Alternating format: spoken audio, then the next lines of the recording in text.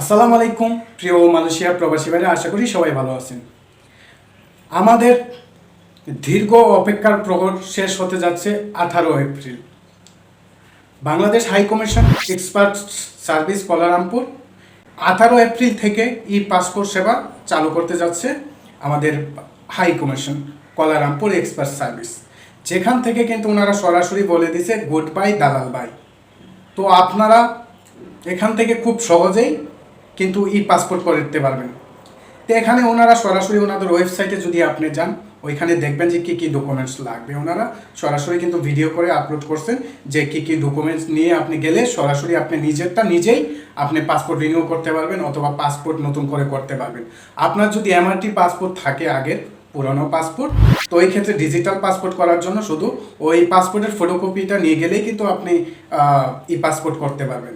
অথবা আপনার কাছে যদি পাসপোর্ট বা আগের কোনো কিছু ডকুমেন্টস না থাকে, আপনার জন্ম নিবন্ধনের কার্ড অথবা আপনার এনআইডি কার্ড, দুইটার থেকে যে কোনো একটা হলেই কিন্তু আপনি এই পাসপোর্ট করতে পারবেন।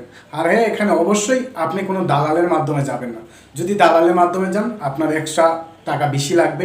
আর যদি আপনি একা একা না করতে পারেন, বাংলাদেশ সরকার এত সুন্দরভাবে সুযোগ করে দিয়েছে আমাদের, যেখানে আপনি শুধু যে কাউন্টারে বলবেন যে আমি এই পাসপোর্ট করতে আসছি, যদি এতটুকু যদি না বলতে পারেন তাহলে আমি মনে করি আপনি এই পাসপোর্ট করার দরকার নেই বা বাংলাদেশে যাওয়ারও দরকার নেই।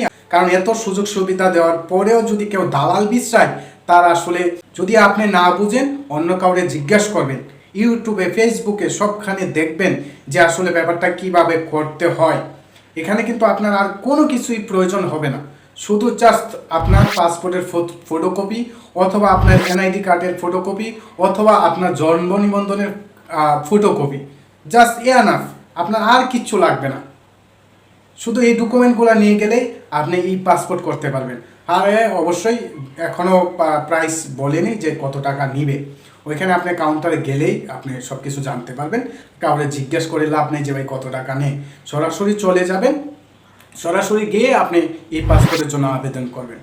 সবচাইতে ভালো। আপনার ছবি লাগবে না, আপনার কোথাও ব্যাংক ড্রাফট করতে হবে না, আপনার কোনো ডকুমেন্টে ফর্ম ফিল আপ করতে হবে। এক্সপার্ট সার্ভিস বেসরকারি একটা প্রতিষ্ঠান, যেখানে ওনারা এভরিথিং একদম কমপ্লিট করে রাখছে। আপনি কাউন্টারে যাবেন, ওনারা ফর্ম টর্ম সব কিছু ফিল আপ করে আপনার একদম ছবি তুলে রেডি করে আপনার সব ডকুমেন্টস জমা নেবে, আপনার এই পাসপোর্টের আবেদন গ্রহণ করবে, যেটা বাংলা ভাষায় আপনি হয়তো আমি জানি না, আমি নতুন কন্টেন্ট ক্রিয়েটার, কিন্তু আমি যতটুকু ধারণা, যতটুকু আমার করছি এই মালয়েশিয়ার প্রবাসের বয়সে, ততটুকু আমি আপনাদের বলতে পারি যে আপনারা কোনো দালালের কাছে যাবেন না বা কোনো এজেন্টের কাছে যাবেন না বা কারো কাছেই কোনো বন্ধু বান্ধবেরও বলবেন না যে আপনি আমার সাথে লোন, আপনার 100 টাকা খরচ করবো, আপনি আমার দেখায় আসেন। আপনার কিচ্ছু লাগবে না, শুধু জাস্ট লোকেশনটা আপনার গ্র্যাবে চার্জ করবেন, এক্সপার্ট সার্ভিস লোকেশন অনুযায়ী আপনি চলে যাবেন। ওইখানে গেলেই যে কাউরে বললেই আপনার কাজটা হয়ে যাবে। আপনি কাউন্টারে, যে কোনো কাউন্টারে যদি শুধু একবার যেয়ে বলতে পারেন যে আমার এই পাসপোর্ট করতে হবে, তাইলে ওনারাই সব কিছু আপনার প্রসেসিং করে দেব। আশা করি বুঝতে পারছেন।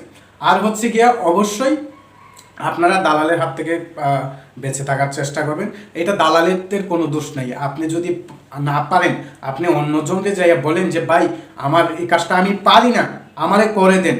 কেউ তো আপনার জন্য বসে থাকে নাই ফ্রিতে, যে আমার এমন ভাই আসবো বাংলাদেশি ভাই, আমি তারে ফ্রিতে কাজটা করে দেই। মালয়েশিয়াতে কে কার জন্য বসে থাকে ভাই? তো এটা দালালদের কোনো দোষ নাই আমি মনে করি। আর মানে সবটা দোষই আমাদের। আমরা কেন দালালদের যাব? আমারে দেখেন, আমি কোনো দালাল ধরে নেই আজ পর্যন্ত। আমি মালয়েশিয়াতে যতদিনই আসি কোনো দালাল ধরে কোনো কাজ করে নেই, বরং আমি আরও মানুষের কাজ করে দিতে পারি 100-150 টাকার বিনিময়ে। তো আপনারা পারবেন না কেন? আপনারাও ইনশাল্লাহ পারবেন যদি আপনারা চেষ্টা করেন। হ্যাঁ, অনেক ভাই পারে, তাদের তো কোনো কথাই নেই।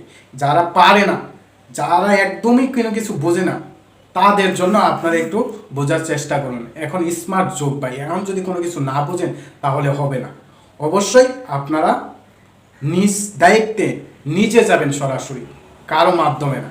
তো ভিডিওটা এই পর্যন্তই। আশা করি সবাই ভালো থাকবেন। আসসালামু আলাইকুম।